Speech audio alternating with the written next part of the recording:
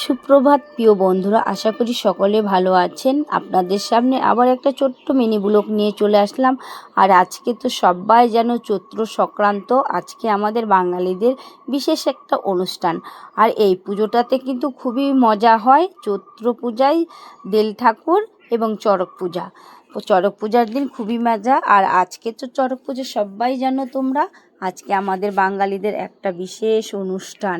আর আজকে আমি কি রোজগার মতো হাঁটতে গিয়েছিলাম, হেঁটে আসলাম, কিছুটা ফুল নিয়ে আসলাম। আর ভাগ্নি বলল মা কয়েকটা লাউ শাক দিতে বলেছে মাসি, তো আমি ওকে কটা লাউ শাক তুলে দিলাম, দেওয়ার পরে কাজে লেগে পড়লাম। আর দেখছোই তো আমার বাড়ির উঠোনটা অনেকটাই বড়, তোমরা দেখেছো তো। লেগে পড়লাম উঠোন মুছতে। আর এতটা বড় উঠান, বাড়ি যদিও ভাঙা কিন্তু উঠোনটা অনেক বড়, সেই কারণে কিন্তু আমি একা একা মুছতে হিমশিম খেয়ে যাচ্ছিলাম। আমার বরকে বললাম একটু জল এনে দাও না, ও আগে দিতে ছিল না। তারপরে কিন্তু ও আমাকে অনেকটাই সাহায্য করলো, কারণ ও বালতি বালতি করে জলগুলো আমাকে এনে দিল। আর আমি কিন্তু পুরো উঠোনটা মুছে নিলাম।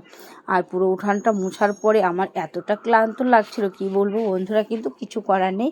বছরে এক দুবার তো উঠোনটা মুছতেই হয় না পুজো পার্বণে, সেই কারণে কিন্তু পুরো উঠোনটা মুছে আমি চলে যাচ্ছি ঘরের দিকে।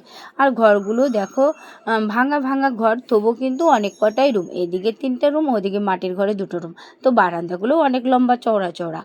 ঘরগুলো মুছতে আমার অনেকটাই টাইম লেগে গেল, প্রায় 8:30, 6টার থেকে 8:30 অবধি আমি ঘরগুলো মুছলাম, একা একা হাঁপিয়েই যাচ্ছিলাম। তারপরে দেখো বন্ধুরা, এত কষ্ট করার পরেও কিন্তু তোমাদের অনেক কষ্ট করে ভিডিও দেই, আর ভিডিওগুলো এডিট করতেও অনেকটা টাইম লাগে। তাই বন্ধুরা বলছি একটু সবাই একটু পাশে থেকে একটু হেল্প করো, তোমাদের কাছে এতটুকুই অনুরোধ। তো ভিডিওটা আর বেশি বাড়াবো না, এখনকার মতোই এখানেই শেষ। বাই বন্ধু।